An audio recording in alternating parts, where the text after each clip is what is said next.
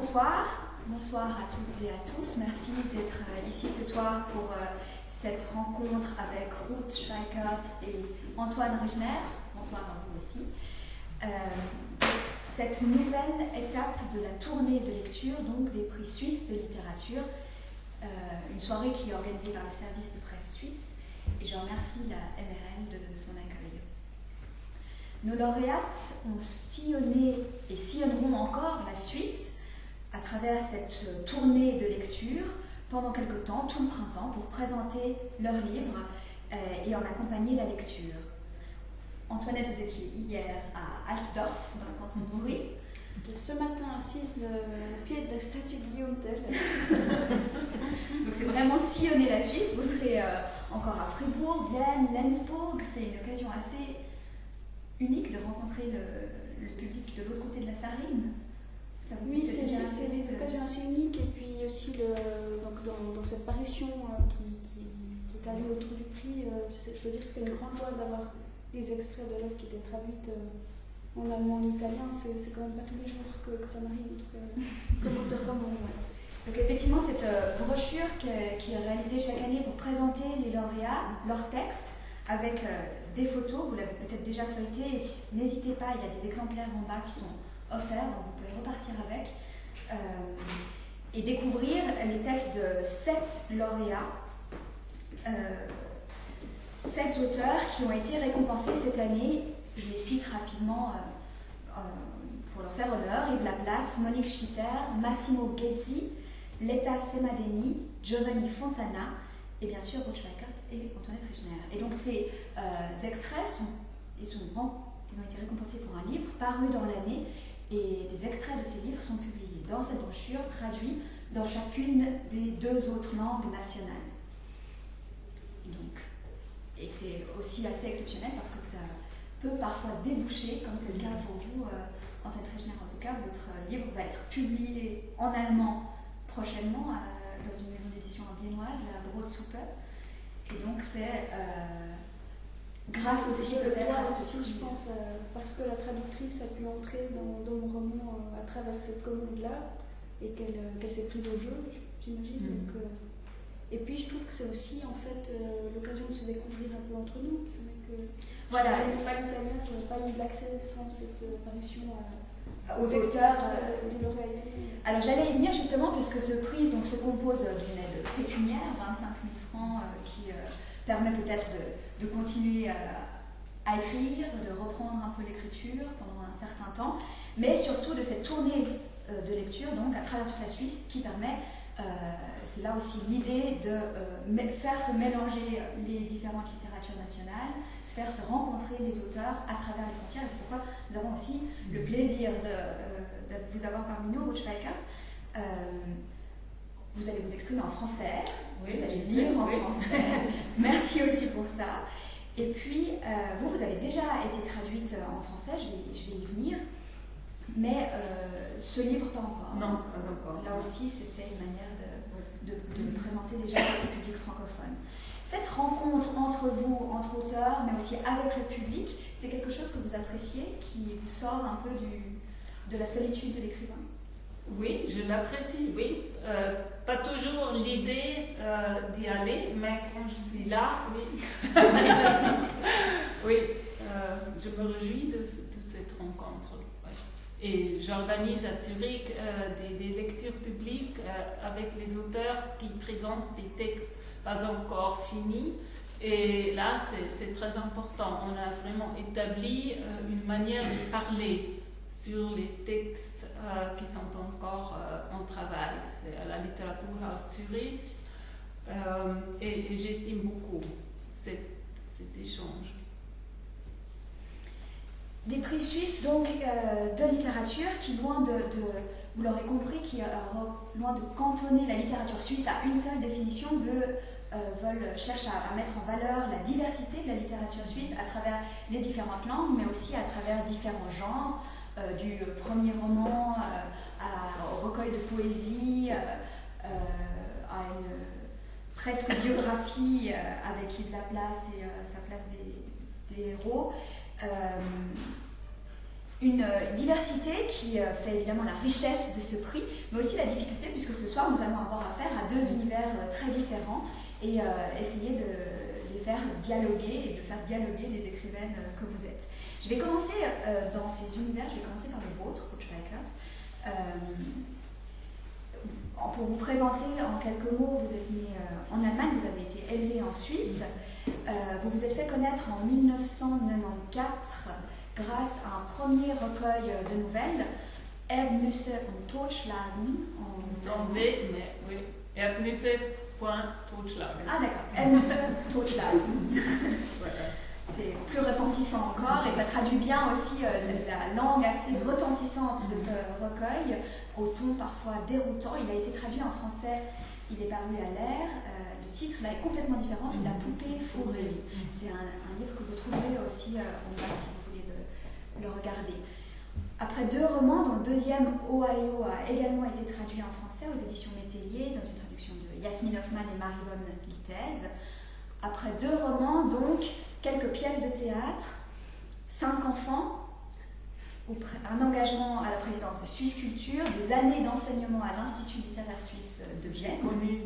Vous avez déjà fait la connaissance, vous n'allez pas vraiment les inconnus. On y reviendra peut-être aussi.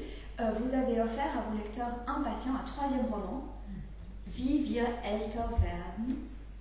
On peut traduire en français comment nous vieillissons, je ne sais pas. Ouais.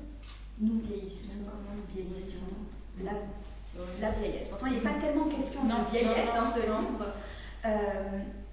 Dans ce roman, vous explorez les constellations familiales, vous vous interrogez sur l'influence que peuvent avoir les étoiles, mais aussi les événements mondiaux sur les destinées individuelles. Au corps de ces destinées, il y a des secrets de famille, des non-dits, des lourds héritages dont les générations tentent l'une après l'autre de se défaire, dans lesquels elles se dépatouillent un peu. En guise de fil rouge tout au long du roman, deux familles au destin intriqué, les Brunold et les Zeitz. Chaque famille a 3 enfants, mais Jacques Brunold est le père de 5 d'entre eux. Voilà, comme ça j'ai lâché la bombe. Un des secrets de famille, évidemment, consiste en cela. Donc un amour de jeunesse transformé en relation adultère. Jacques Brunold et Helena Zeitz se sont irrévocablement attirés l'un par l'autre tout au long de leur vie. Ils vont cesser de se retrouver, de se séparer. Et c'est les filles légitimes de ce Jacques Brunold, Iris et Sabine, qui apprennent adultes qui est leur véritable père et qui vont là aussi apparaître dans le roman et essayer de s'en sortir avec cet héritage-là, d'essayer de voir que faire de ces relations-là. À ce moment-là, elles ont déjà perdu, lorsqu'elles apprennent qui est leur véritable père, elles ont déjà perdu leur sœur aînée, la seule fille véritable de leur père, Myriam, et c'est elle, l'autre pôle de ce roman, l'autre secret aussi, cette Myriam, décédée à 20 ans dans des circonstances étranges, nimbée d'un secret encore plus épais que celle qui entourait la relation adultère des parents. Voilà donc en peu de mots l'artère principale de ce roman. Des secrets donc que l'auteur que vous êtes ne percera jamais tout à fait, sur lesquels vous ne levez jamais vraiment le voile. Vous vous contentez d'offrir au lecteur des pistes d'interprétation, d'entrouvrir des portes sans même entrer dans les pièces que dissimulent ces portes.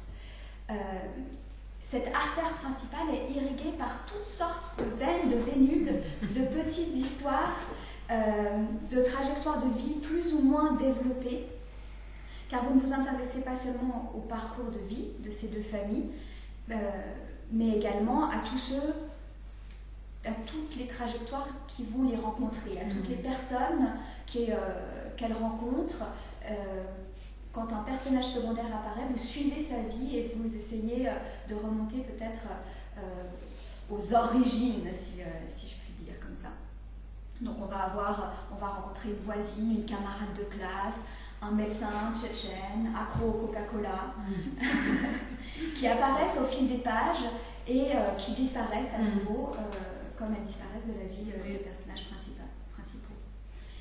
Tout ceci comme pour nous rappeler que ces deux familles ne sont pas le centre du monde, qu'il y a toutes sortes de vies parallèles qui se déploient, qui débutent, qui s'achèvent aussi, que la Terre continue de tourner et que les astronautes continuent aussi de tourner autour de la Terre et d'explorer l'espace, à l'image de l'équipage d'Apollo 7 qui atterrit sain et sauf dans l'Atlantique le 22 octobre 1968, tandis que grandit dans la petite Catherine Brunold, fille de Jacques Brunold et de Friederike Brunold, l'intime conviction que son père n'est pas à Genève pour apprendre le français, comme ne cesse de lui répéter sa mère, mais bel et bien mort. Mais bien sûr qu'il n'est pas mort. Mais c'est la seule solution qu'elle trouve pour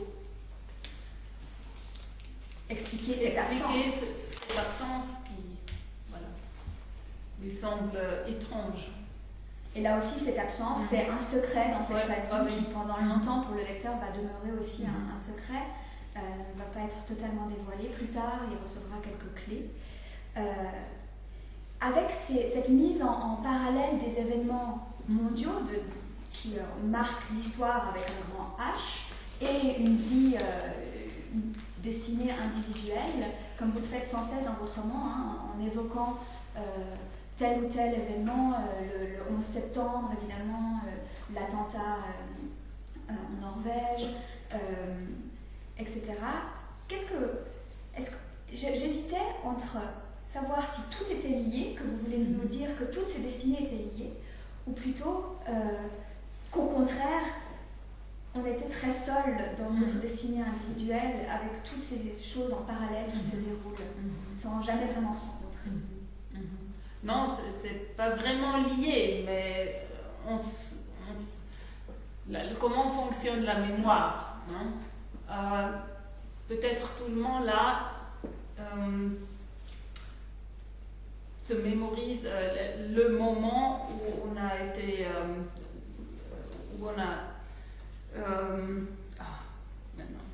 si vous voulez, vous le dites en allemand. Non, mais peut-être que tout le monde a une mémoire sur le 11 septembre. Hein. Et se souvient de ce qu'il est en train de faire. On se souvient, voilà, je l'ai vu où, j'ai été où. Et là, bien sûr, j'ai essayé aussi de trouver une manière de parler un peu différemment. Parce que c'est en fait le médecin tchétchène qui arrive en Suisse ce jour-là, qui est transféré dans un centre d'asile et qui n'a aucune idée de ce qu'il voit à la télé. Tout le monde est déjà allé au lit. Il y a 5 jeunes filles et un garçon qui écoutent la télé, mais pour eux, ça n'a pas cette signification que pour nous peut-être. Et là maintenant, après il est tout seul, Beskiaf, et il regarde ces images sans rien comprendre. Et ça m'a intéressé beaucoup comment je décris ça. J'ai fait, je crois, une vingtaine d'essais. Avant de trouver la manière de comment peut-on parler de ça. Et puis, alors, je suis allée dans mon imagination. Alors, il vient d'où? Qu'est-ce qu'il connaît? Il ne comprend ni l'allemand, ni très bien l'anglais. Alors, qu'est-ce qu'il peut comprendre? Et qu'est-ce que cela signifie pour lui? Cet événement qui va bouleverser le courant de l'histoire politique. On ose poser des questions aussi. Oui, bien sûr. Quand on dit 20 essais pour cette scène, ça veut dire 20 personnages différents qui auraient vu l'événement? Non, c'était toujours... la tentative. Oui. Ce personnage-là qui voit cette événement, comment est-ce qu'il... Comment peux-je décrire ça?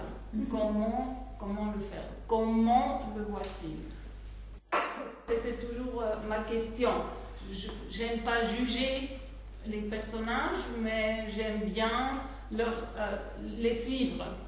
Alors, j'essaie d'imaginer comment ils le font, comment vivent-ils ces scènes. Là, j'essaie vraiment de suivre mes personnages. Peut-être qu'on peut entrer dans le roman et puis regarder justement comment est-ce que vous suivez ces personnages sur quelques pages. On va lire le tout début du roman. D'abord un passage en allemand et puis en français. Je répète le même passage en français. Dans la traduction de Patricia Tschircher. Friederike saß, wie fast immer in letzter Zeit, mit dem Rücken zum großen Wohnzimmerfenster, das auf den Balkon ging. Ihre schmal gewordene Gestalt beinahe reglos, dabei erstaunlich aufrecht. Die Beine hatte sie waagrecht ausgestreckt und die Füße, in dicke braune Wollsocken verpackt, auf einen zweiten Stuhl gebettet, so dass Ober- und Unterkörper einen rechten Winkel bildeten, wie die Zeiger einer Uhr, dachte Jacques einmal mehr, die stehen geblieben war, auf 11:15. Das Bild hatte sich festgesetzt in seinem Kopf. Ausgerechnet Katrin hatte ihn darauf gebracht, bei ihrem überraschenden Besuch in Sanau Ende November. Eine knappe Stunde nur war sie da gewesen auf der Durchreise von Zürich nach Genf, wo sie fürs Radio über irgendeine Ausstellungseröffnung berichtete. Ihr strenges Gesicht blass und angespannt, unter den aschblonden Locken, der dunkelblaue Satinstoff ihres Hosenanzugs zunehmend dichter gesprenkelt mit winzigen Hautfetzen, die sie sich ununterbrochen von den Fingern pulte. Als hätte Friederike die ihr zugemessene Frist gleichsam unbemerkt überschritten, hatte Katrin angefügt und ihre Mutter kaum aus den Augen gelassen. Als könne sie die Wandlung nicht fassen, die allerdings, dachte Jacques, weniger Friederike vollzogen hatte, als vielmehr Katrin selbst, ihre rätselhafte Tochter, die seither jeden zweiten Tag anrief, einfach so, ohne besonderen Anlass, nur um nachzufragen, ob und wie sie zurechtkam.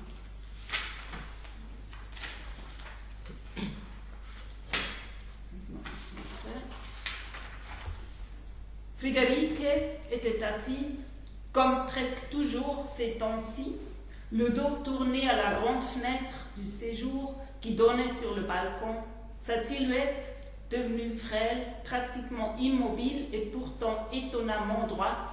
Ses jambes, elle les avait étendues à l'horizontale et ses pieds, émintouflés dans des grosses chaussettes de laine marron, elle les avait posés sur une seconde chaise, de sorte que le haut et le bas du corps formaient un angle droit, comme les aiguilles d'une montre qui se serait arrêtée sur midi et quart, se dit Jacques une fois de plus.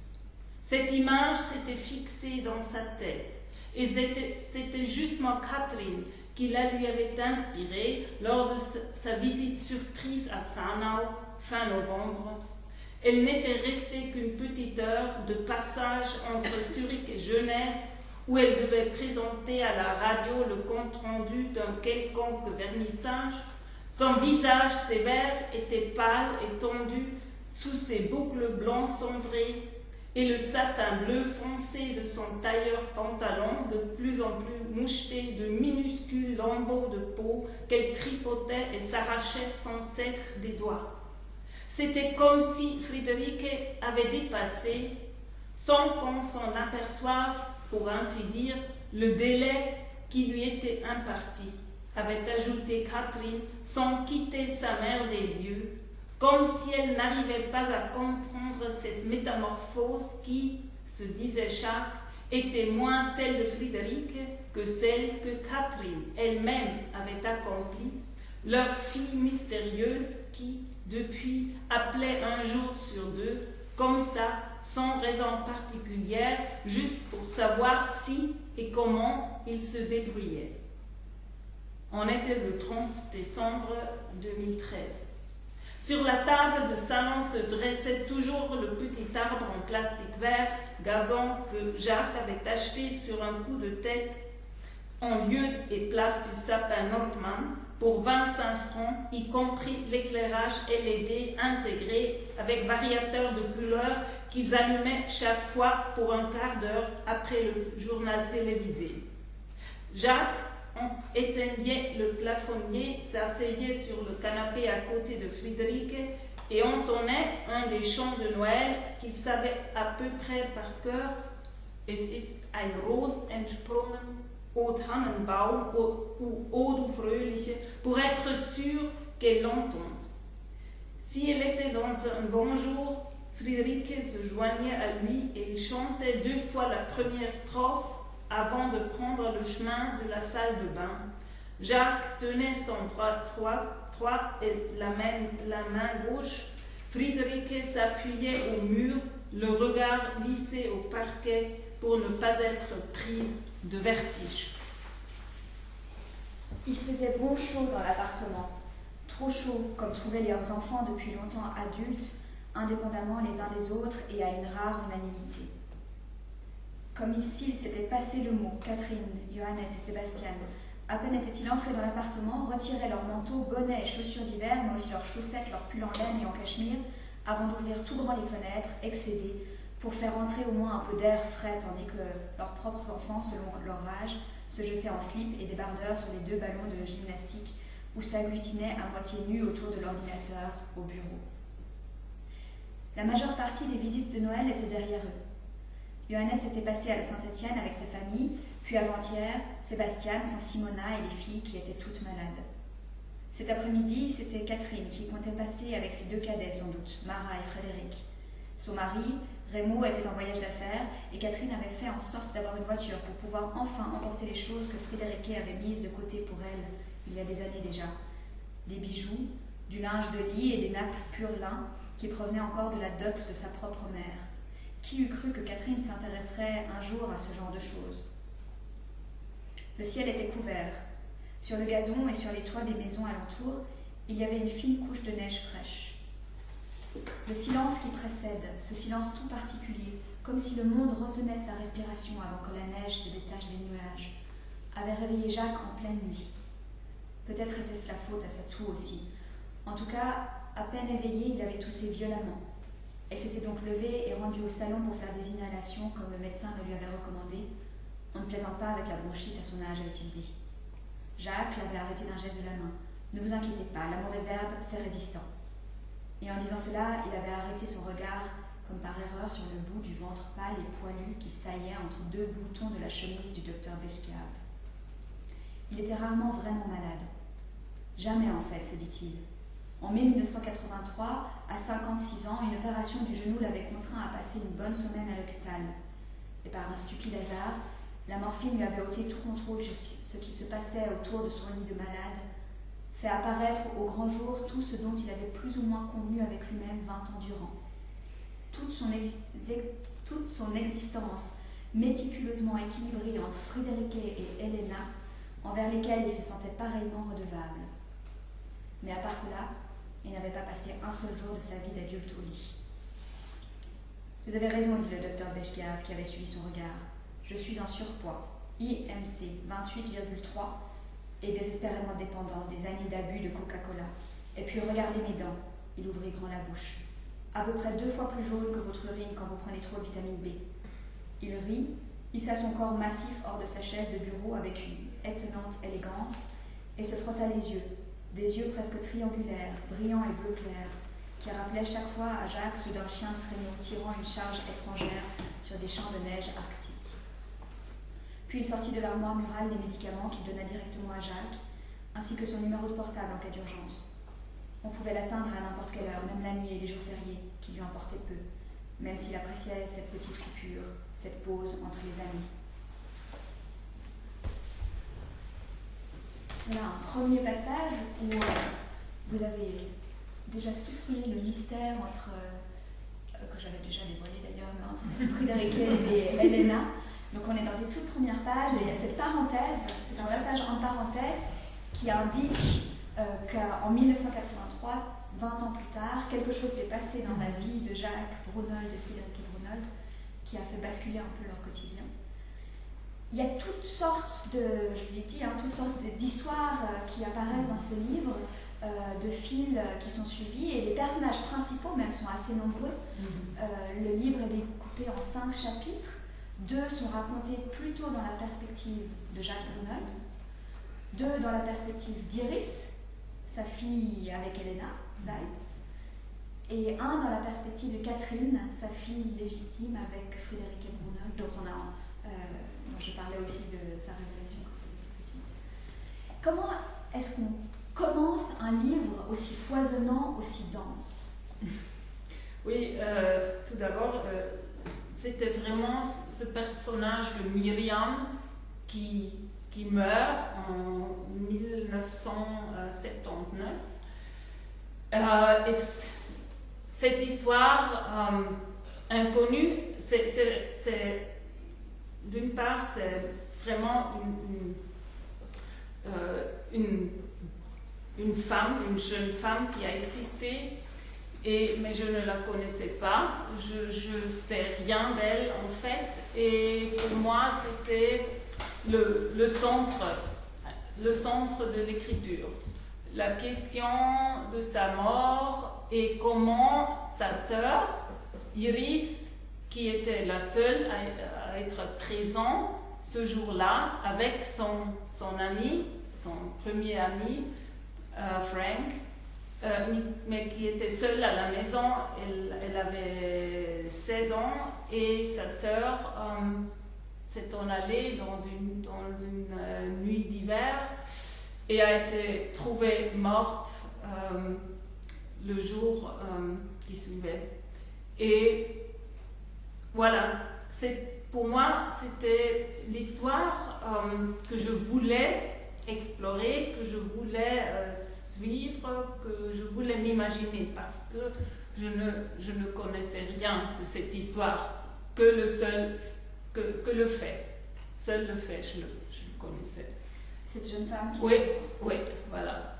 Et puis, voilà, je l'ai inventé et je me suis demandé comment cette histoire, comment a-t-elle influencé tous ces personnages autour et comment cette influence, tous ces personnages, comment ont-ils vécu avec cette histoire et comment cette histoire a changé pendant la vie.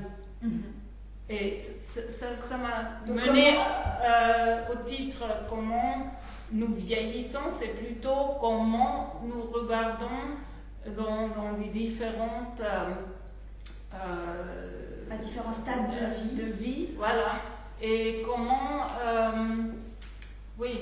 ça change et comment notre... Quelle est notre perception aussi, en fait, la perception change. La perception de cet événement. En fait, Myriam, finalement, évidemment, elle est très présente, c'est ce non-dit aussi entre chaque personnage, mais elle passe presque à l'arrière-plan dans plein de situations quand on suit la vie, le déroulement des autres, de Jacques, d'Iris et de toutes les personnes qu'il fréquente. Mais elle est présente dans la vie d'Iris aussi à travers un journal, à travers un journal qu'elle a tenu adolescente et que Iris lit ou ne lit pas mais garde bien précieusement comme une relique de cette sœur disparue. Et là aussi, tout d'un coup, elle va découvrir, je vais encore une fois dévoiler quelque chose, mais ça ne vous gâchera pas du tout le plaisir du roman, elle va découvrir par son fils, Ronan, que c'était des extraits qu'elle a trouvés, que ce n'était pas des phrases personnelles, mais il y a des extraits des livres qu'elle avait noté. Qu'elle avait recopié. Oui, oui. Des poèmes. Oui, des citations. Non. Je me souviens, mais il a été opéré il y a 10 jours. Et je voudrais mettre une chaise pour ça. Ça vous ennuie? Non, alors. Mais lui, ça l'ennuie. Il a tort parce que. Le prochain livre. Vous l'avez le sujet. Le genou, je le connais, oui. Opération du genou. Pardon. Donc effectivement, des bribes, des citations, et ça va changer son regard aussi sur toute l'histoire qu'elle s'était construite, peut-être aussi pour essayer de comprendre tout le mystère qui entourait aussi ce... Mais le mystère reste. Le mystère reste. Pourquoi est-ce qu'elle a choisi ces extraits-là? Comment est-ce qu'elle les a...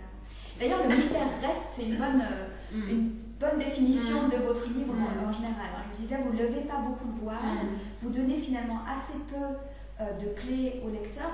Oui. Je ne crois pas que la littérature devrait dévoiler des secrets, mais décrire plutôt, parce qu'il n'y a pas une solution pour beaucoup d'actes que nous commettons. Il n'y a pas une seule raison, il reste toujours un secret aussi, des choses qu'on ne peut pas expliquer. Et là, quand une jeune femme de presque 20 ans, quand elle meurt, quelle est l'explication? Elle s'est droguée, oui, mais on ne sait pas, elle l'a fait explicitement, est-ce qu'elle voulait mourir? Et personne ne dévoilera jamais son secret. Et des personnages autour d'elle, bien sûr, ils ont des idées. Mais... moi, je trouve plutôt honnête de rester dans la question, mais ne pas donner la réponse qui nous soulage peut-être. Ouais. Si je peux poser une question, finalement, comment... parce que moi, je trouve la composition remarquable. Par exemple, cet épisode de la mort de Myriam... c'était une des premières choses que tu avais écrites, mais comme lecteur, on la découvre tard dans le livre. Donc, comment ça se décide à quel moment on donne quelle clé au lecteur, en fait? Donc, oui, je ne sais pas. Non, en effet, je ne sais pas. Oui, c'était au centre de mes pensées, mais ce n'était pas la scène que j'ai écrite premièrement. Alors, oui, j'ai commencé avec cette scène, mais après...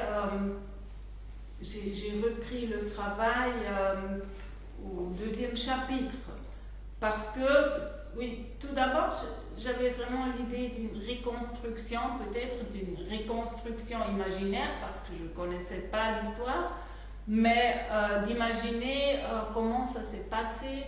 Et avec le temps, je me suis remarqué que ce n'était pas vraiment mon but, mais c'était plutôt... comme je l'ai déjà expliqué, suivre comme le temps, les histoires dans le temps. Le souvenir et de ne pas faire une reconstruction. Et là, c'était clair qu'il y avait plusieurs des personnages que je voulais suivre. Et voilà. J'ai repris, j'ai retravaillé et j'ai essayé de trouver une manière de raconter plausible, mais aussi de suivre des traces qui mènent ailleurs, de vraiment trouver une composition pas seulement logique, mais menée d'une recherche. C'est plutôt une manière de recherche. Quand j'écris, je recherche. Je fais une recherche envers l'inconnu.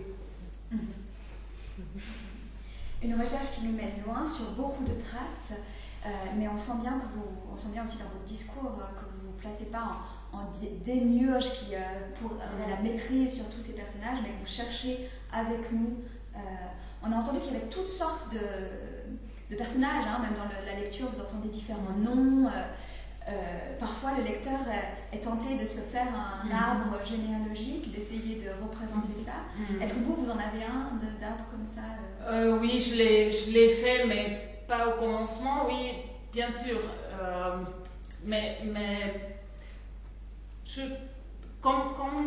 comme dans la vie, hein, nous croisons des gens, on ne sait pas leur nom, mais on regarde quelqu'un et c'est une histoire qui s'implante et les gens viennent et vont.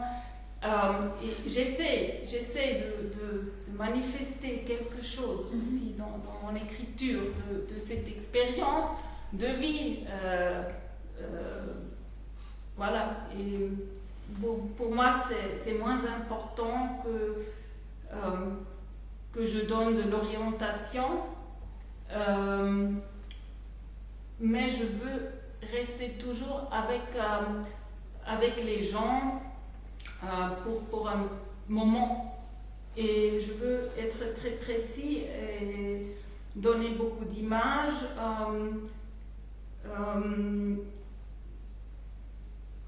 qui peuvent un peu je sais pas, élargir, oui, l'espace aussi. Transmettre un peu plus que seulement des petites histoires. C'est d'ailleurs pour ça, pour me laisser porter dans ce flux d'histoires, que j'ai abandonné le projet de l'arbre généalogique et me suis laissée complètement emporter avec tous ces personnages qui vous êtes la lectrice idéale. Merci. J'en suis bien heureuse. J'en ai pas fait non plus. D'arbre généalogique. Pour chercher, parce qu'effectivement, il n'y a pas à comprendre exactement, mais à suivre ces personnages dans leurs souvenirs et leur perception de la réalité. À propos de perception de la réalité, Antoinette Rechner, je me tourne vers vous. Donc, on abandonne un moment l'univers de Ruth Schweikert et ce foisonnement de personnages pour entrer dans le vôtre d'univers, Antoinette Rechner. Peut-être en quelques mots pour vous présenter aussi à vous, notre auditoire. Vous venez, si je peux le dire comme ça, du théâtre. Vous avez beaucoup écrit pour le théâtre, vous écrivez pour le théâtre. Vous écrivez également en collaboration avec des troupes de théâtre. Il n'y a pas très longtemps, au théâtre du Grutli se jouait une pièce de la compagnie Jeanne Fun pour laquelle vous avez écrit. Et le prix donc est votre premier roman après un recueil de nouvelles publié en 2010 et plusieurs publications justement de pièces de théâtre. Avec le prix, roman plusieurs fois primé. Vous avez reçu le prix d'Antan notamment, et puis évidemment le prix suisse de littérature. Vous explorez les affres et les bonheurs de la création. Vous partagez avec Ruth Schweikert, on y reviendra je pense ensemble, mais une préoccupation pour la place de l'individu dans la société. Mais votre société à vous, elle revêt plutôt les atours de la bande dessinée, avec des personnages esquissés en quelques traits nets, bien définis, précis, et une langue tout en allégorie et métaphores filées. Au centre de votre roman, il y a moi, c'est-à-dire lui, un sculpteur complètement centré sur son nombril, dont il fait jaillir des rophes. Des rophes, c'est-à-dire des sculptures faites de crânes, d'oreilles, de cavités oculaires, mais des sculptures qu'il faut travailler, limer, éprouver pour qu'elles se mettent, dans le meilleur des cas, à chanter pour le public. Ce moi est obsédé par une seule chose, gagner un prix, le prix qui donne son nom au roman donc, et ce prix qui le confirmerait comme le meilleur sculpteur du monde, au moins, au bas mot. Cette obsession prend des tournures maladives et éclipse tout ce qui l'entoure, de son mouflet à son remouflet, l'enfant qui va naître au cours du roman, en passant par son sens des responsabilités et plus grave des réalités, éclipse aussi jusqu'à la belle S, sa chère et tendre compagne, aimée et désirée, mère de ses 2 mouflets, et véritable cheville ouvrière du foyer, pivot du couple, une S aussi affectueuse que patiente. Et de bout en bout du roman, le lecteur est invité à suivre le parcours de cet artiste qui doit se battre pour vivre son art et trouver sa place dans une société qu'il considère d'abord en ennemi et avec laquelle il va devoir apprendre à concilier. Mais ce qui porte véritablement le lecteur et emporte, qui porte le roman et qui emporte le lecteur, c'est la langue. J'en ai parlé, tout en allégorie et en métaphore. Vous trouvez pour le monologue intérieur de ce moi, vous trouvez une langue à la fois imagée, singulière, très personnelle, lyrique, bourrée d'humour, mais aussi extrêmement sensuelle et charnelle. Et je me demandais, qu'est-ce qui est venu le premier, la langue ou le personnage? En tout cas, je me reconnais dans les propos de Ruth quand elle dit que c'est écrire, c'est une recherche envers l'inconnu. Oui. Parce que dans le mot envers, il y a presque comme si l'inconnu c'était un peu un ennemi à affronter. Enfin, en tout cas, moi, dans le démarrage d'un projet, c'est aussi ce qui me fait peur et ce qui me demande de trouver des stratégies, j'ai l'impression. À chaque travail, à chaque œuvre, une stratégie qu'on espère adéquate, quoi, qui va nous permettre de cheminer. Mais et la langue, ça fait partie de la stratégie peut-être aussi un peu? Non, en tout cas, la langue, c'est le personnage, c'était la même chose. C'était une voix en fait.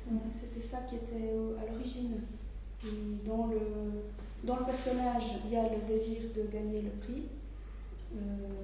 Mais c'est le désir de gagner le prix qui entraîne aussi la langue, en fait, parce que c'est une langue comme ça qui ne reprend jamais son souffle, qui est toujours en quête, qui est toujours en train d'avancer de manière comme une machine qui déraille presque. Donc tout est lié en fait, c'était ça qui était là. Donc c'est la poule et l'œuf, on ne saura pas qu'est-ce qui était là. Bon, en tout cas, ce qui n'était pas là, c'était l'histoire. Ça n'était pas du tout là, les événements, la chronologie, ce qui va se passer pour lui. Ça n'existait pas du tout, ça c'était vraiment inconnu. Est-ce qu'on entendrait un petit bout de cette langue pour voir justement comment est-ce qu'elle se déploie?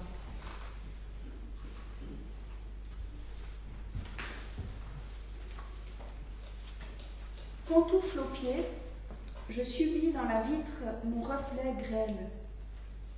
Lentement il se déchire ce paquet nocturne qui par filament rose laisse passer le jour au-dessus des toits.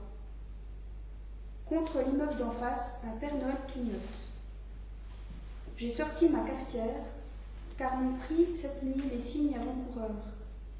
Tressaillement à fleur de nombril, tiraillement inhabituel, promesse presque douloureuse d'une venue. Dans les moments stratégiques, j'y ai souvent recours. Le café m'aide, il me lance. Plus fort je le fais, et meilleures sont mes chances. Nettoyée exclusivement à l'eau claire et sans frotter pour laisser se développer le plein charme de sa patine, la cafetière au fil des ans est devenue mon hôtel. Lorsque le café bout, je suis au comble de la ferveur. Respectueusement, je verse le noir liquide en prononçant mes prières. Face cafetière, que me soit donnée ce matin la poussée, que Ropf me vienne, que Ropf me grimpe, que Ropf s'élance depuis le fond des obscurités jusqu'à la jonction de toutes les lumières, l'instant du jaillissement. Fasse que je m'élève et revive par le Ropf trop longtemps retenu en mort. Je porte ma tasse à la chambre consacrée, siroter, m'asseoir sur mon petit tapis, la tasse à portée de main, juste là sur le parquet. Il faut attendre. J'attends, pas trop longtemps. Le café m'a si bien lancé que peu après m'être installée, je sens un spasme de bonne amplitude et dans mes mains une sourde chaleur. J'inspire, j'expire et ne pense à rien. Faire confiance aux paumes, à la bonne chaleur, ça veut produire du Ropf, oui, du tout bon Ropf à sculpture. La poussée et moi, on avance au même rythme. Je respire. Je crois que ça vient et que je disparais, m'absente, n'y suis plus pour personne. Adieu les pensées. Joie des voiles qui gonflent. Peu à peu, l'inconnu prend son réel dans cet envol où je te trouve. Déroulement du sang dans mes rivières anciennes, écume des inventions déferlantes. Alors te voilà. Tu donnes signe d'existence. Toi que je reconnais pour t'avoir toujours porté. Ne reste pas en dehors. Vite. À la rencontre de l'air où te solidifier. Me voilà repris en relation comme ensorcelé par le roc-feu surgissant. Des soubresauts là-dessous, cette fois ça pousse, oui, au nombril du malléable s'exprime. Je suis transportée de ferveur. Dire qu'il m'est aujourd'hui donné de former quelque chose. Merci mon roc-feu source. Et merci à toi, cafetière bien-aimée, atterrir en douceur. Lorsque je reviens, ça dépasse du trou. Bien sûr, ça n'émerge pas de beaucoup. Il s'en faudra encore du café et des heures sur le petit tapis. Mais ça existe. Oui, ça existe. Et sauf erreur, ça demande à vivre. Merci, vous avez assisté à la création d'un ROPF. Donc, pas tout à fait un ROPF, on tient un bout de ROPF. C'est l'émergence du ROPF. Ça prendra beaucoup plus de temps pour le créer, effectivement. À l'image un peu d'un roman dont l'idée surgit, où la voix, le personnage, et qu'on travaille ensuite, dont il faut accoucher. Oui, tout à fait. C'est vraiment une métaphore alors racontée de manière littérale, corporelle et concrète, mais c'est vraiment une métaphore de la création telle que je le vis dans l'écriture littéraire, dans la création littéraire. Cette idée donc du premier jet,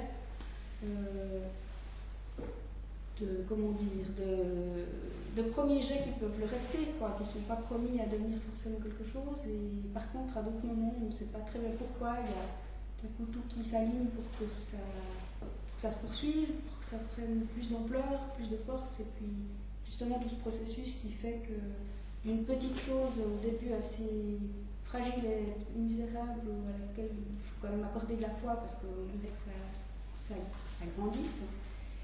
C'est cette petite chose qui est vraiment reliée à soi, qu'il faut nourrir avec son sang, justement. Et puis finalement, lorsqu'on arrive au terme de ce processus, elle est suffisamment forte pour qu'on puisse la trancher. C'est la métaphore qui est utilisée dans le livre. On la tranche, alors on obtient quelque chose qui est plus ou moins abouti, mais pas encore. Après, il y a encore toute une étape où il travaille ça sur un établi comme un sculpteur travaillerait une matière, et en fait cette matière qui était organique et plutôt ductile au début, elle se solidifie, elle devient comme une forme de bois, on dit d'ailleurs du bois de chair, et au moment où ça est suffisamment dur, il donne encore sa forme finale. Et là je dirais que c'est la métaphore où on arrive au stade où l'œuvre elle est suffisamment forte et adulte pour vivre seule, sans son créateur. Comme un livre maintenant peut vivre sa vie. Aller dans le monde et chanter aux oreilles des lecteurs. Donc il y a c'est un peu la condition pour qu'une œuvre, dans cet univers-là, la condition pour être un vrai rock abouti, une vraie œuvre, c'est qu'on entende chanter. Donc c'est une métaphore pour la réception quand elle se passe bien, c'est-à-dire que elle agit, ça résonne. On ne peut pas être indifférent. Et il y a une très belle scène où il entend un rock chanter et on comprend que ça réveille aussi dans chacun des auditeurs de ce chant quelque chose de différent, comme un livre pourrait être. Oui, pour moi c'était comme une réunion de tous les arts, dans le sens, j'aime beaucoup les arts vivants, la part du théâtre, donc qu'il faut être face à l'original pour que ça chante, c'est pas reproductible en fait, un peu. Et il y a la partie plastique, visuelle. Il y a quand même aussi la littérature, parce que en tout cas c'est un chant qui se déroule dans le temps, donc on retrouve le théâtre, peut-être la lecture, et puis cet aspect musical qui correspond pour moi aussi à entendre chanter ou pas un rock, ça dit en fait qu'on ne peut pas tricher avec la réception. On peut être, par exemple ça m'arrive d'être sensible à des valeurs, à une belle facture ou à quelque chose dans un livre, mais pour autant je ne participe pas forcément émotivement, des fois ça ne me prend pas, et puis je ne peux pas tricher avec ça.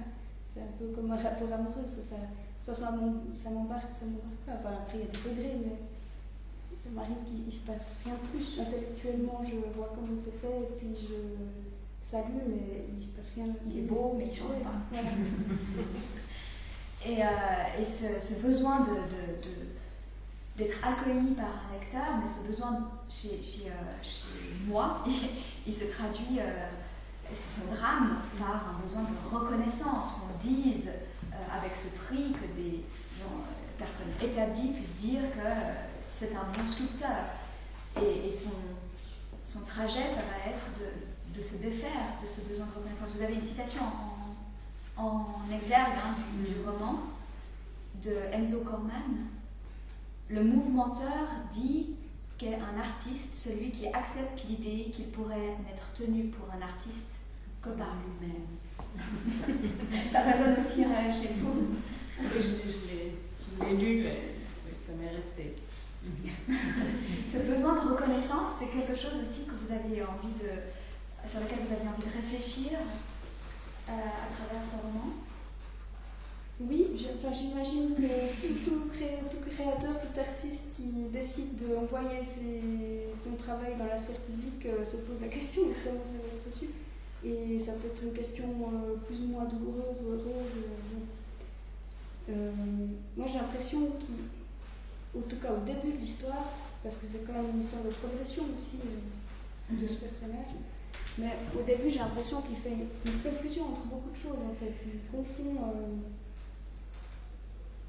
est-ce que mon rock va chanter à l'oreille de combien de personnes, ou même d'une seule personne, peut-être ça suffit, mais il confond est-ce que moi-même je suis content de ce que j'ai fait, est-ce que j'estime moi que c'est une grande œuvre, aboutit ou pas, voilà cette question d'honnêteté, et puis il confond aussi avec justement le fait d'être cautionné par une instance qui est légitimée comme le jury d'un prix.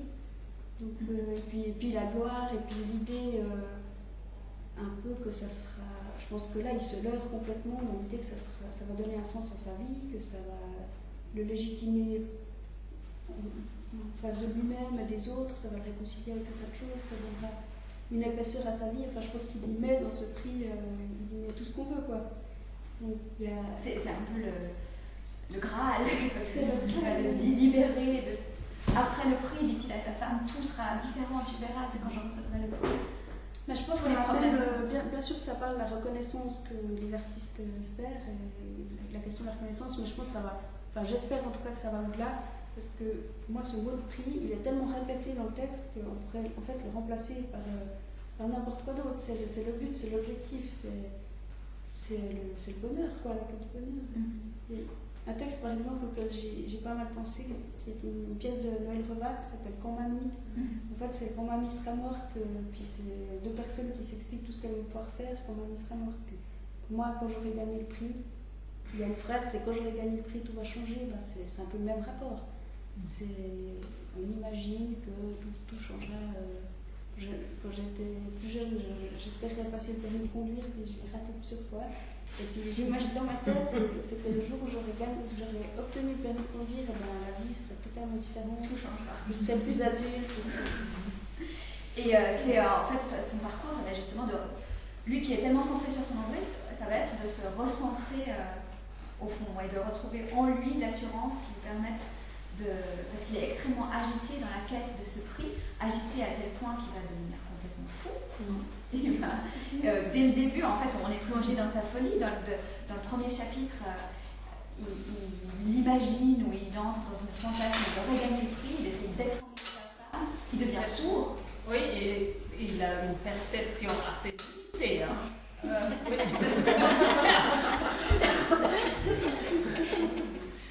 Oui, il ne voit pas vraiment sa femme, il n'a aucune idée de son fils ou sa fille.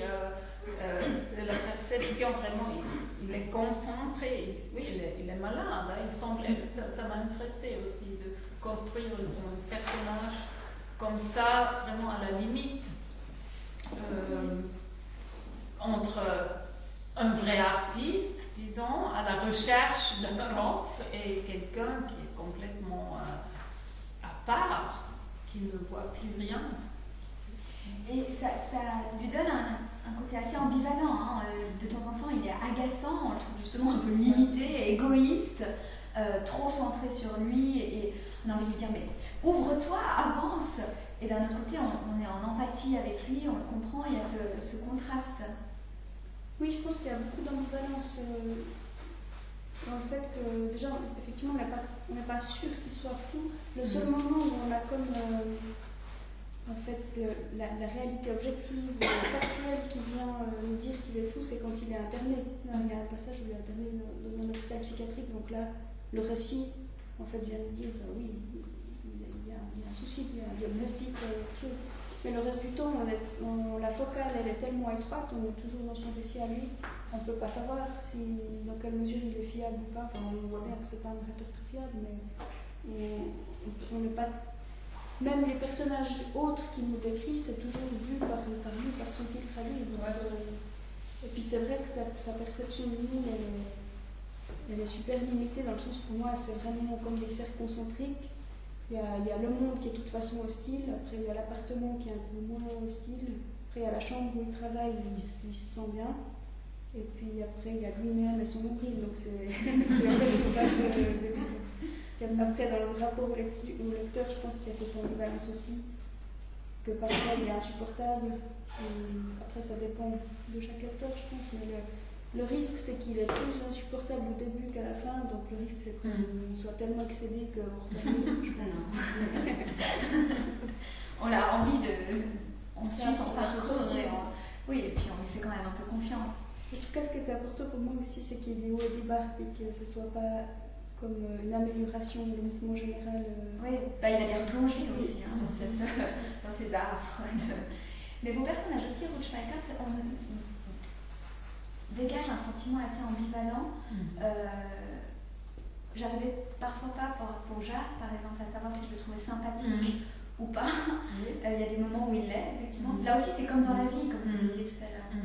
Moi, j'essaie d'accompagner mes personnages avec de l'amour, mais ça ne veut pas dire que j'épargne des côtés insupportables ou limités ou désagréables, peut-être hostiles aussi. Non, mais ce que m'intéresse, c'est moi aussi, je suis à la recherche de l'acte de l'artiste, et pour moi, je cite Leonard Cohen qui dit avant un concert: I give you my word that we all will give you the best we have. Et pour moi, c'est un peu le contraire. Pour moi, entre les deux personnages, celui-là, il veut avoir quelque chose, recevoir quelque chose. Et pour moi, c'est toujours l'idée de donner quelque chose, essayer de donner quelque chose. Moi, je crois en cette... oui, pour moi, c'est comme une maxime d'avoir à donner quelque chose.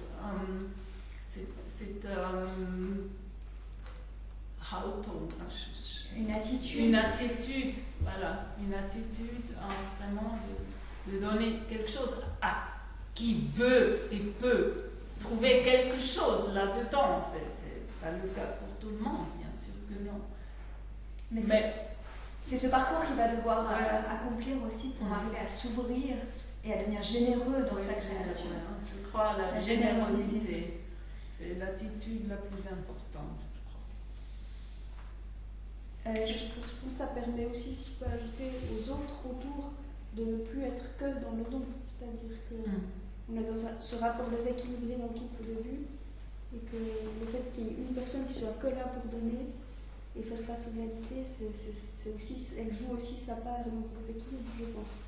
Ça se rétablit dans le fait qu'elle le rend aussi capable de donner, ça lui permet à elle de moins être dans le don total. Donc S. Oui.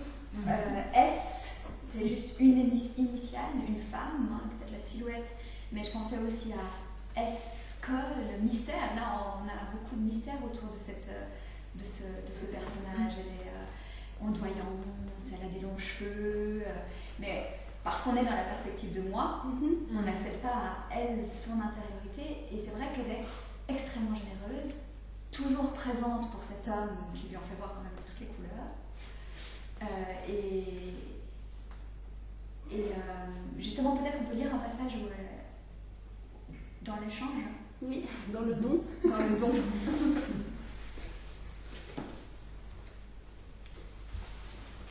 Voilà longtemps que je n'ai pas bu d'eau de mer. Croqué de coquillages, senti sur ma langue l'attache d'une algue à son crochet. Il fait grand jour, mais je m'en fous. Je pousse délicatement S des hanches dans le fond du couloir. Instantanément, elle comprend. S'éveille la houle des zones reculées. Ses ridules frémissent et le petit air du large fait osciller sur les talus bordant le limon quelques herbes. Les dernières de terre avant que ne grimpe dans mes narines la puissance de mer. Les grands flots sont loin. À condition de mettre la main en visière, on voit là-bas de gros rouleaux étincelants, mais c'est vraiment tout là-bas, derrière la jetée naturelle que forment les rochers, les accidents de terrain, le relief millénaire. Je l'emmène dans notre chambre et ferme la porte à clé. S prononce quelque chose de vague à propos des mouflets. C'est seulement pour la forme. Je vois bien que maintenant elle s'en fout et j'en suis si heureux. Fasse le ciel que le premier reste devant l'écran où je lui ai donné les armes avec lesquelles il tire sur les envahisseurs, et que l'autre continue de voguer dans les doux méandres de sa sieste. Je pousse S au devant de moi et lui retire les barrages, ce collant qui ne sert à rien et sa culotte. À présent, elle n'a plus rien de domestiqué et je me suis avancée suffisamment pour oublier que d'autres ont connu S. Ne plus penser aux bouées, matelas gonflables, parasols, canots à moteur ou autres marques de civilisation en loisir. Je ne suis pas là pour les vacances, je veux lui mordre l'intérieur. Je l'assieds sur le bord du lit et commence la fouille entre les embarcadères.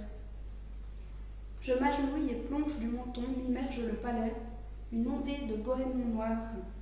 Toute l'iode me rentre dans le gosier et le nez en même temps. Avec l'écume, le relent de la vie sous toutes ses formes qui là-dedans marine et bouillonne. Je te presse, S, des deux mains et tu donnes. Voilà trop longtemps que de crues palourdes ni d'huîtres je n'avais cueilli. Tu rends ton eau de sel, tu balances les jambes, me craches tes réserves. Toute la délicieuse morve me descend le boulot dans les suctions bénies, et de la chair et du jus je ne fais plus la différence. J'ai la face ivre, plongée entièrement. S'ouvre le coquillage. Succombe les accroches sans qu'il faille détroquer. Tu pulses et tu bats. Tu contractes une enfilade d'anneaux que rend solidaire la maille de tes nerfs. Tu es arrivé sans mal à révulser de la valve. Je me pourlèche, S. Tu te rejettes en arrière, retrouves ta respiration. Lombaire au matelas. Peu à peu, tu rejoins le calme, te détends complètement. Voilà que tu aménages une berge lisse et confortable. Je m'y niche. Merci. Là, on découvre un autre aspect de votre écriture avec je parlais du côté sensuel, charnel de ces métaphores. La métaphore maritime qu'on retrouve tout au long du livre, qui est souvent associée à S, à la féminité, oui. À travers les relations sexuelles, comme ici, mais aussi pour l'accouchement. Une magnifique scène sur 10 pages d'accouchement décrit à travers cette tempête qui se déclenche en S. C'est le moyen que vous avez trouvé pour écrire ces échanges sexuels qui sont effectivement les dons que va faire moi tout au long du récit. C'est là où il peut être le plus généreux envers sa femme. Souvent le contact qu'il trouve vers elle. Oui, c'est en tout cas leur lieu d'échange où il y a le plus de proximité. Comme c'est quelqu'un qui est en difficulté avec la communication, je pense que c'est là qu'il communique le mieux. Mais dans l'échange des corps. Oui. Et puis là, effectivement, ce passage, il intervient très à la fin parce que dans la trajectoire du personnage, c'est là qu'il est capable justement de donner dans ce rapport-là qui n'est pas un rapport sexuel, mais qui est un plaisir qui lui donne à elle uniquement. Mais pourquoi j'ai utilisé ça comme ça? on a parlé par exemple des 20 essais là, pour une scène. Si je repense à la scène de l'accouchement, par exemple, j'ai essayé plusieurs fois déjà d'écrire des scènes d'accouchement. Une fois dans une scène qui est plutôt burlesque, dans une pièce pour enfants. Et puis ça se termine, la scène se termine mal parce que le bébé est abandonné d'ailleurs par ses parents, mais c'est quand même traité de manière burlesque. Et je pense que ça fonctionne assez bien parce qu'il y a justement ce côté humour. Et une autre fois, j'ai essayé dans une pièce où c'était beaucoup plus réaliste et je pense que c'était un peu raté parce que justement c'était trop réaliste dans la souffrance et tout ça. Et il n'y avait pas vraiment de transposition, alors que là, il y a cette transposition poétique, puis du coup, ça permet. Moi, je crois vraiment qu'à l'indirect, en fait, quand on essaye de représenter les choses en les prenant trop directement, ça ne marche pas forcément. On trouve justement la stratégie pour aborder, en l'occurrence, la poésie, puis cette métaphore-là, qui me venait dans un contexte où j'étais au bord de l'océan en résidence en Bretagne, et du coup, c'est ça qui m'a influencée. Mais heureusement que j'ai trouvé ça, je pense, pour pouvoir rendre compte de l'expérience. Chez vous aussi, Ruth Falker, dans votre livre, il y a souvent des relations sexuelles qui sont décrites. Là, c'est plutôt comme un état peut-être d'une génération, un rapport aux autres, une quête de soi. Quelle place elles ont pour vous, ces scènes? Alors, il y a une scène assez explicite qui est plutôt pour moi un psychogramme de ce personnage, Catherine. Mais là aussi, c'est encore une enquête sur le temps, parce que elle mémorise cette scène qu'elle a vécue à l'âge de 20 ans pour le reste de sa vie, parce que c'était quelque chose d'extraordinaire, même si c'était humiliant, avec un homme qu'elle n'aimait pas, qu'elle n'attirait pas, un contact dans un bar, mais c'était une sensation tellement forte que ça lui est resté encore 30 ans plus tard. Et toujours, c'est là, c'est ça qui m'intéresse. Et puis aussi, oui, j'essaie de décrire tout d'une manière un peu plus directe que toi, dirais-je, mais aussi travailler, trouver des images, comme pour l'amour, le premier amour de Iris pour Frankie, et comment elle le ressentit. C'est comme dans elle, il y aurait des êtres vivants qui grandissaient. Alors leurs sentiments deviennent de plus en plus grands, et c'est comme des êtres vivants existaient en elle et qui la dominent. Et voilà, j'essaie toujours de suivre les images, de trouver quelque chose qui va au-delà de la réalité, mais qui décrit quand même clairement le vécu. Oui. Alors, moi, je travaille d'une autre manière. Et c'est difficile de décrire la sexualité parce qu'on n'en trouve pas très souvent. Enfin, c'est assez rare que ce soit explicitement mentionné. Il n'y a pas les 3 petits points entre 2 paragraphes. Il y a 40 ans, c'était condamnable. Censurer des livres. Pour vous, c'est difficile ou c'est pas ça plus fait partie de la vie? Oui, bien sûr. Et j'essaie aussi d'élargir mes instruments littéraires et de trouver de nouveaux chemins, d'essayer des choses, voilà, toujours de développer quelque chose qui me semble juste, ou aller dans une nouvelle direction peut-être, et aussi trouver une langue pour la sexualité féminine, bien sûr. Dans votre roman, justement, la plupart des, si je ne me trompe pas, toutes les scènes sexuelles explicites, c'est des femmes qui les vivent et qui s'en souviennent. Oui, il y a ce monsieur qui raconte comment il aime sa femme. Il y a ce monsieur un peu dégueulasse, peut-être, oui, mais qui aide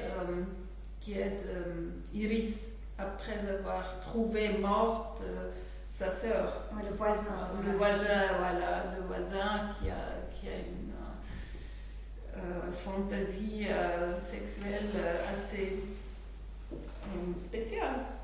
Et là aussi, il aime voir sa femme boudiner dans les sous-vêtements. Oui. Trop petits, les sous-vêtements trop petits, qui craquent. Voilà. Et chez vous, Antoinette, là, on vient à l'entier du roman, hein, puisqu'on est toujours dans cette perspective du moi homme, mais évidemment aussi le moi homme qui vit la sexualité.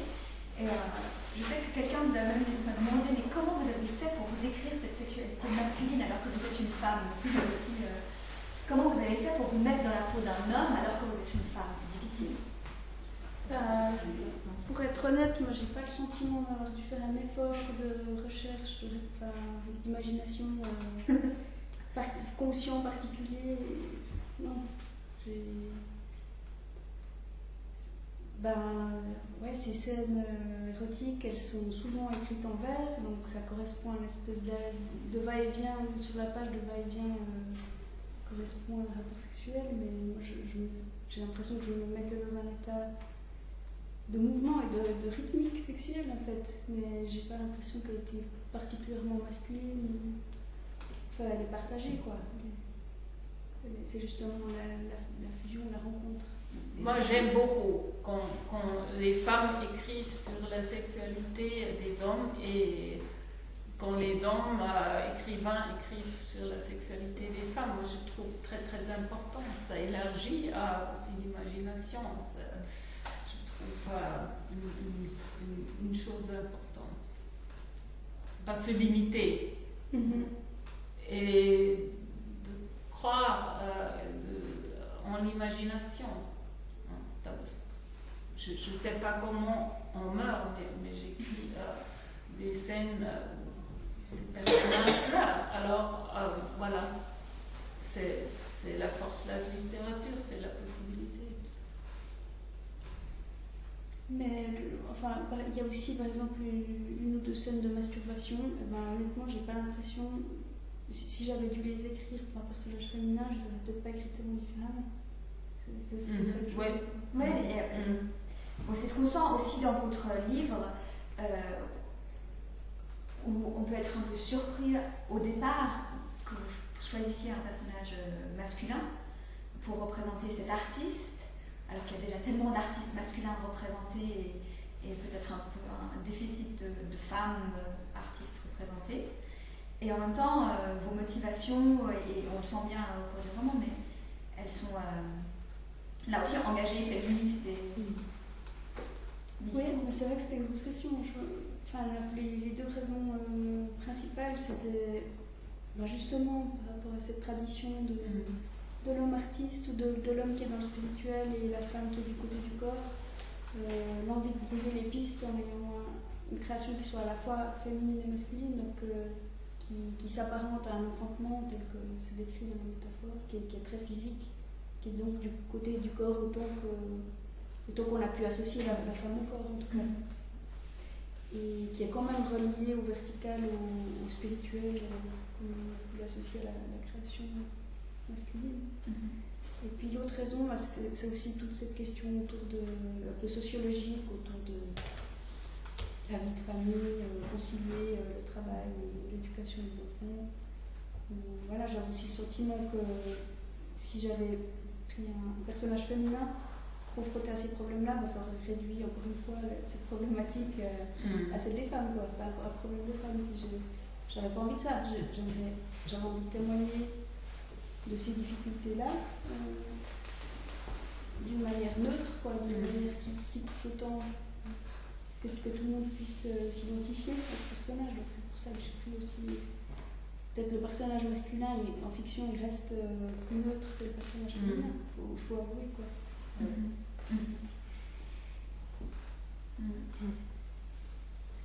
Avant d'ouvrir au public, peut-être juste rebondir là-dessus pour votre parcours où on a des hommes, des femmes, indifféremment, presque, même si on a plus de chapitres à la tête d'une femme, et encore, on n'est pas uniquement dans sa perspective, mais à travers ce livre de 1930 à 2013, vous dressez un peu une fresque sociale comme ça, et ça a été pour vous aussi une volonté, la position de la femme s'est tellement transformée de 1930 à 2013, de rendre aussi oui, mais aussi la société. Quand on voit cette famille dans les années 70, on voit que c'est une famille qui consiste des Suisses. Et voilà, 30 ans après, ils arrivent à des gens de partout. Il y a des gens qui arrivent de la Tchétchénie, de l'Amérique du Sud, et voilà, mais aussi bien sûr tous les changements sociaux, rôles, femmes et hommes, et tout ça se retrouve limité, bien sûr, dans mon livre. Ça m'a intéressé aussi beaucoup. Bien sûr que j'ai des mémoires des années 70 et j'ai repensé beaucoup comment ça m'a influencé, qu'est-ce que j'ai retenu, quelles sont les difficultés que j'amène, oui, quels sont les changements aussi concernant les secrets. Et je crois que cette manière de ne pas parler des secrets de famille, qu'elle a complètement changé. C'est plutôt le contraire. On s'exprime toujours, on n'est plus capable de garder un secret où peut-être il n'y a plus d'espace interne entre nous, dans un être humain pour penser, repenser, garder quelque chose pour soi-même. Tous les sentiments sont exprimés sur Facebook, on ne peut plus garder cet espace interne. Et là, ça m'a intéressé parce que j'aime pas juger, j'aime pas dire alors tout ça s'est amélioré, mais ça m'intéresse de trouver comment de suivre, comment les choses sont en train de changer. À travers toutes ces générations, puisqu'on va jusqu'aux petits-enfants qui sont même enceintes. Tout cela, vous le trouvez donc dans le roman Vivir efter Werden, qu'on espère apparaître très prochainement en français. Et puis dans Le Prix d'Antoinette Rusner. Est-ce que vous avez des questions brûlantes que vous avez envie de poser maintenant à nos deux invités? Oui, par rapport à cette écriture sexuelle de l'autre, je pense qu'il y a un phénomène de génération peut-être, parce que la littérature s'est déployée du côté femme et du côté homme, et on peut jouer des deux. Maintenant, on a deux types de littérature. Mais est-ce que tu ne crois pas que l'écriture de théâtre développe ça plus que d'autres écritures? De pouvoir aller se mettre à la place dans le corps de l'autre, plus que d'autres écritures peut-être pas plus que le roman, mais en tout cas, parce que Hélène Cixous disait par exemple qu'elle n'arrivait pas à écrire, il y a 40 ans ou 50 ans, elle n'arrivait pas à écrire un rôle pour un homme parce que ça lui était interdit en tant que femme, elle se l'interdisait. Et maintenant, ça paraît une évidence pour les femmes qui écrivent pour le théâtre, mais qui ont développé ça, me semble-t-il, peut-être aussi par le théâtre. Je ne sais pas ce que tu en penses.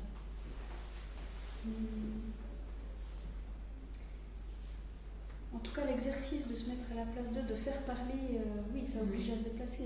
C'est assez radical à ce niveau-là. On est obligé de le faire. C'est ça. Et puis que ce soit crédible pour le comédien qui va jouer, si c'est un homme. Mais en même temps, j'ai l'impression que dans l'écriture théâtrale, ça m'arrive de garder une réplique presque intacte et de juste changer la distribution, de le faire dire à quelqu'un d'autre. Ça déplace aussi. Et sans trop me soucier de savoir si c'est un homme qui le dit ou une femme, est-ce que ça va être plus ou moins crédible. Enfin, je ne sais pas comment dire, mon rapport à la question homme-femme. Oui, je pense qu'il y a des différences. Je crois aussi à une part génétique de programmation. Mais au fond, je m'intéresse plus aux ressemblances, à ce qui nous réunit que ce qui nous différencie. De toute façon, que le fondement même d'être en vie, d'espérer avoir un prix ou espérer autre chose, ou avoir peur, ou aimer, ou craindre, homme ou femme, moi je pense vraiment que c'est le même. Donc c'est un peu dans ce sens-là que je me pose peut-être pas forcément cette question-là, en me disant alors qui parle, homme ou femme, qu'est-ce que ça va changer dans la parole, en fonction bien sûr des situations. Après, les situations clairement ça joue un rôle. Mais... Que les féministes n'acceptaient pas du tout il y a 20 ou 30 ans, il y avait une pression sur une femme qui écrivait pour parler de la femme, à partir de la femme. Et c'était très très fort. Et ça disparaît parce qu'on est dans le genre maintenant, on est dans autre chose, heureusement. C'est-à-dire une pression pour faire parler la femme, pour la présenter d'une manière qui convienne ou de... Non, de parler depuis sa position de femme, des femmes, et pas de parler d'autre chose. Et de ne pas dire, il y a des ressemblances entre les hommes et les femmes d'abord, mais dire, il y a une différence fondamentale et je dois la poser. Mais c'est fait. En tout cas, je pense qu'on ne mesure pas. Enfin, je pense que je suis maintenant quand même dans une forme de liberté où je ne mesure pas tout à fait tout ce qui a été. Ah non, tu ne mesures pas. C'est très impressionnant. Est-ce qu'il y a une autre question? Sinon, Moi, je voudrais savoir comment vous est venue l'idée d'un personnage aussi singulier. Du personnage du public? Oui.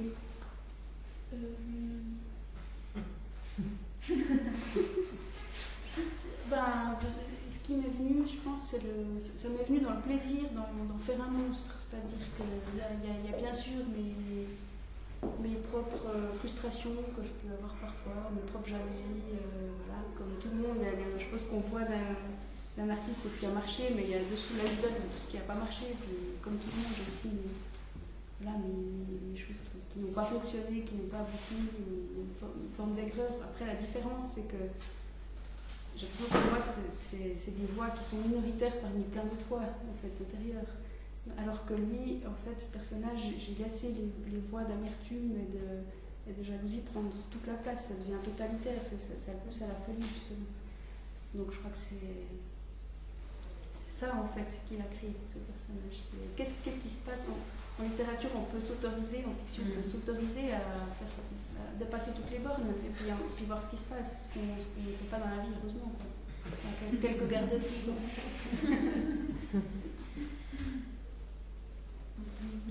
J'ai une question concernant la langue, parce que c'est ce qui est frappant dans le passage que vous avez lu, c'est ce rythme. Alors l'allemand permet merveilleusement en fait de dire dans une phrase toute une histoire.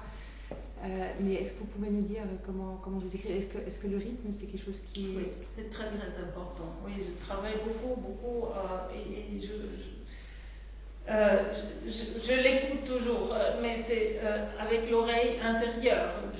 Je ne lis pas en haut-toit, mais bien sûr, le rythme, c'est le vrai travail, c'est de trouver les rythmes des phrases et puis le rythme d'un chapitre, de l'énergie qui se transforme.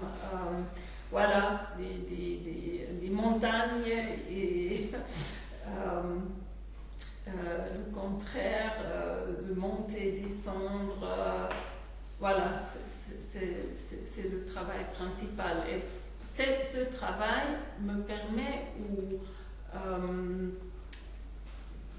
de faire des détours, de suivre les choses qui ne viennent que par le rythme. Qui surgissent dans la phrase. Oui.